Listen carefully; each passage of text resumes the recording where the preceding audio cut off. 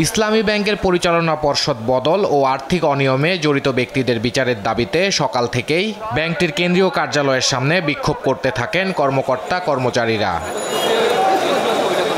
এ সময় কর্মকর্তা-কর্মচারীদের উপর অতর্কিত হামলায় গুলিবিদ্ধ হন ৫ জন। এ ঘটনা যেন আগুনে ঘি ঢালার মতো পরিস্থিতি তৈরি করে। সহযোদ্ধারা গুলিবিদ্ধ হওয়ায় রাগে ফুঁসে ওঠেন ব্যাংকটির কর্মকর্তা-কর্মচারীরা।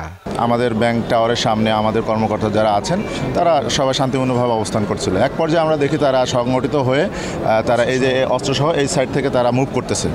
তখন আমরাও মুভ করি এবং তারা আমাদের ব্যাংকারদের উপরে তারা গুলি চালায় এবং তারা মুমূর্ষু অবস্থায় হাসপাতালে যাচ্ছে।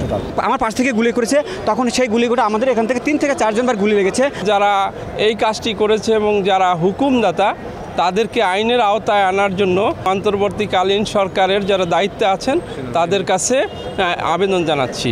অতীতের নানা রকম বৈষম্য, অবৈধ নিয়োগ বাতিল ও হয়রানির বিভিন্ন চিত্র তুলে ধরে বিচার দাবি করেন বৈষম্য বিরোধী ব্যাংকার্স আন্দোলনের নেতারা। ষড়যন্ত্র করতে করতে আমাদের যে যারা নিবেদিত প্রাণ কর্মী ছিল তাদেরকে গ্রেপ্তার করছে, তাদেরকে এই জায়গায় তারা অফিস থেকে নামতে পারতো না।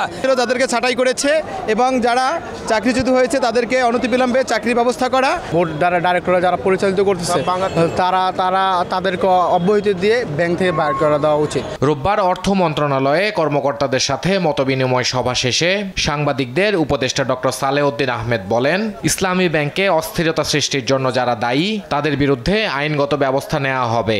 আমি তো এককালে ম্যাজিস্ট্রেট ছিলাম। ধরপাকড় তো আমাদের সময় তো কম করিনি, আমরা যে করেছে তাকে তারপরে কে করেছে না করেছে, কিন্তু যারা ডিস্টার্ব ক্রিয়েট করেছে কেউ nobody is allowed to do anything. কিন্তু স্যার ঘটছে তো স্যার ঘটনা ঘটছে, এখন নিশ্চয়ই জানে কারা করেছে, দেখেছে, তার ব্যাপারে যথেষ্ট সচেতন। আমি ঠিক আলাপ করবো, দরকার হলে আইন শৃঙ্খলা যিনি আছেন তাদের সাথে আমি কথা বলবো। আর্থিক খাতে স্বচ্ছতা নিশ্চিত করার জন্য বিশেষ নির্দেশনা দেওয়া হয় বলে জানান দেশ বরেণ্য এই অর্থনীতিবিদ। ইফতেখার রেজা, দেশ টিভি, ঢাকা।